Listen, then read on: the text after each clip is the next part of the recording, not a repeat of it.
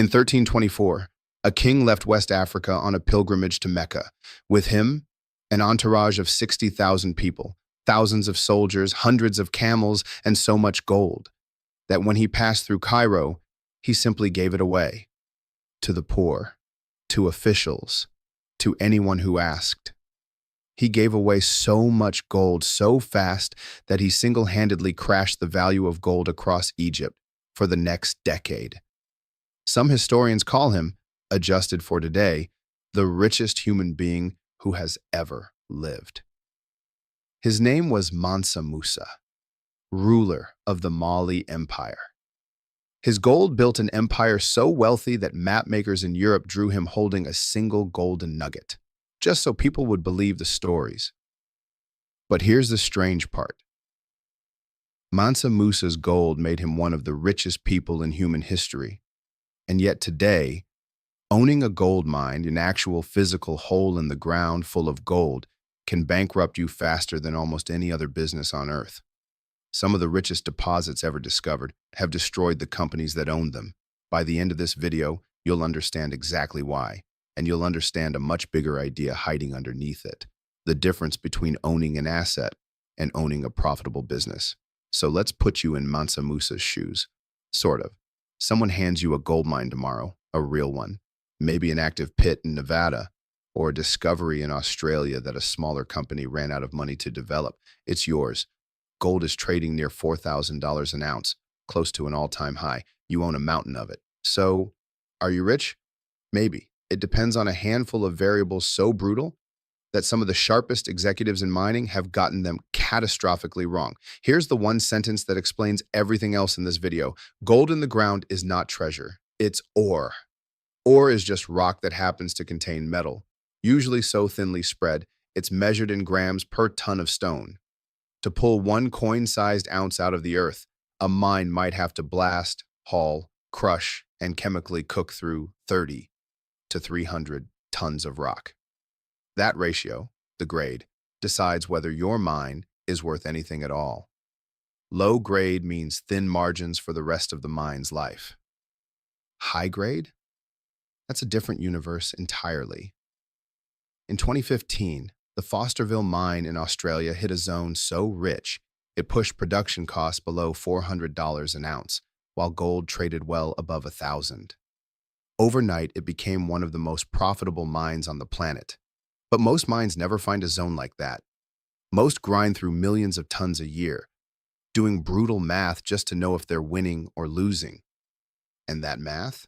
That's the part nobody mentions when they hand you the mine. Let's say your mine hasn't even been built yet. A report says there's 3 million ounces down there, worth $12 billion on paper. But before you touch a single gram of it, you need permits. In the US, that typically takes 5 to 8 years, not because of red tape, but because of the sheer weight of environmental studies, community negotiations, and government review. And every single month of it costs money, with zero revenue coming back. So right now, your billion-dollar gold mine is a very expensive stack of paperwork. And before those permits, you needed to prove the gold was even real. That means drilling. And drilling is where fortunes quietly evaporate. You spend tens of millions putting holes in a promising piece of land, and there's a very real chance you walk away with nothing usable at all. No refund. The ground simply didn't have what you hoped. Because finding gold and finding profitable gold are two completely different businesses. But let's say you got lucky. The gold is real. The permits came through. You still don't have a mine. You have a very expensive hole and a business plan. Now you need to raise real money, and almost nobody has a spare $1 billion sitting around. So mining companies borrow it, or they cut a deal called streaming. Here's what that actually means. Imagine someone gives you $1 billion to build your restaurant, but in exchange, they get to buy your meals for the next 20 years at today's prices. Amazing deal when you're broke and the restaurant doesn't even exist yet. Brutal deal. Once your restaurant becomes the hottest place in town and you're still selling $20 steaks for $4. That's a streaming deal. It funds the mine today, and it quietly bleeds it for decades. Debt is simpler and just as dangerous. Borrow $1 billion and you can owe 50 million a year before you've paid back a single dollar of the loan. Delay the mine's opening by a year, and which happens constantly, and that's $50 million burned for absolutely nothing. So now your $1 billion gold mine has become a $1 billion construction project, and you still haven't sold a single ounce. Building it means engineering roads strong enough to carry trucks the size of houses, building your own power supply if the grid doesn't reach you, building water treatment systems because mining creates enormous amounts of contaminated runoff, building a processing plant, crushers, grinding mills, chemical recovery, that alone can cost hundreds of millions, and building housing, a clinic, a cafeteria, because a remote mine isn't a factory. It's a small town that you build from nothing. And once it's finally running, the spending doesn't stop. It becomes permanent. Your first real enemy isn't a rival mining company. It's a truck, a machine the size of a two-story building that costs several $1 million and whose tires alone can cost more than most people's houses. Replaced every few months because the rock shreds them alive. Now multiply that truck by 60, running around the clock. Each one burning close to 1 million gallons of diesel a year. And suddenly you understand why a mine's biggest threat is sometimes just the price of oil. When fuel spikes, your costs rise automatically, whether the gold price is cooperating or not. You pay it, or you stop mining. Then there's the people, geologists, engineers, blasting crews, flown in and out every 2 weeks, housed, fed, and insured. Skilled labor is expensive, and it only gets more expensive. Eventually, the mining industry needed one number to capture all of this bleeding. Every cost it takes to keep producing a single ounce of gold, sustainably, forever. They call it the all-in sustaining cost. And depending on the mine, that number can land anywhere from around $1,200 an ounce on the best ground to well over $1,800 on the worst. At $4,000 gold, that gap is the difference between earning $2,800 of profit on every ounce or $2,000. Both sound great today, but rewind 10 years to when gold was a fraction of that price, and one of those mines is thriving, while the other is filing for bankruptcy with the exact same amount of gold in the ground. And here's the trap underneath all of it. Your costs are fixed. The truck payment doesn't drop when gold falls, the wages don't drop, the debt doesn't care. But your revenue, that's decided entirely by a global market you have zero control over. A market that has swung from $250 an ounce to nearly $6,000 within a few decades. And even the world's biggest miners get caught by this. In early 2026, Newmont and Barrick, the two largest gold producers on the planet, watched their stock prices collapse by double digits. Not because gold crashed, but because their production costs quietly crept up until the margin looked too thin. Because the moment you build a gold mine, your real job stops being mining gold. It becomes managing the gap between what it costs you to dig it up and what the market feels like paying you for it. And sometimes the ground itself just lies to you.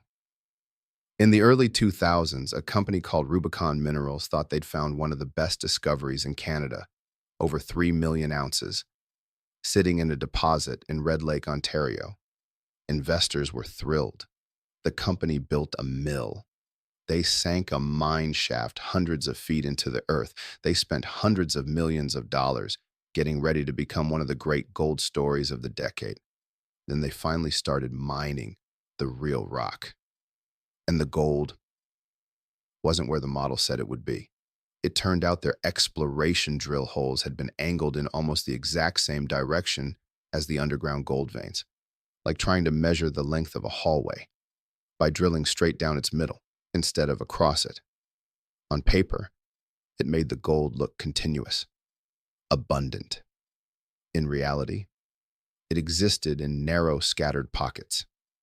In January 2016, the company was forced to admit the truth.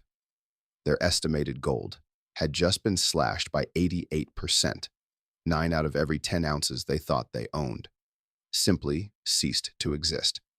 Operations halted immediately. 330 people lost their jobs. The company collapsed into creditor protection, and the investors who believed in it were essentially wiped out. The gold was real. The mine was built, and it still failed because the map was wrong. And even the biggest company in the world isn't immune to this. 2013, Barrick Gold, at the time the largest gold miner on Earth, was building a mine on the border of Chile and Argentina, sitting on top of one of the biggest deposits ever found. It was budgeted at $3 billion, but the costs ballooned past $8 billion under the weight of environmental violations and a bitter tax fight between two governments over who deserved the bigger cut. Barrick eventually wrote off over $5 billion in a single quarter, the world's biggest gold company, on one of the richest deposits on the planet, losing billions of dollars. Anyway, and there's one more bill that almost nobody thinks about. Every gold mine eventually dies. The gold runs out, or the price falls too far, or the grade drops until the math no longer works. And when that happens, you cannot simply lock the gate and walk away. You are legally required to restore the land, and it is staggeringly expensive. A mine in Canada's Northwest Territories called the Giant Mine closed in 1999, and after its owner went bankrupt with nothing set aside for cleanup, the site sat contaminated for years until the government was forced to take it over. The final bill topped $4 billion, driven largely by over 200,000 tons of toxic arsenic dust. That has to be kept permanently frozen, forever, just to stop it from poisoning the water supply, not for 10 years, not for 50, forever. And taxpayers paid that bill, not the company, which is exactly why every modern mine today has to post a bond big enough to cover its own funeral before it's allowed to dig a single ton of rock. So, does any of this actually pay off? Yes, spectacularly, if you get it right. A well-run mine producing 300,000 ounces a year at a healthy cost structure can generate close to $1 billion of profit annually for 15 or 20 years straight. That kind of cash flow is exactly how Fosterville turned a mid-sized Canadian gold company into one big enough to merge with one of the largest gold miners in the world. One discovery, engineered and financed correctly, rewrote the entire company around it. But now, flip a few of those same variables. The gold price drops, fuel and labor costs climb, and suddenly your $2,800 an ounce profit is $400 an ounce, while your debt payments and your closure bond haven't moved an inch. Then the government where your mine sits decides it wants a bigger share and raises its cut. Your shrinking profit shrinks again. And you can't just pick up the mine and leave.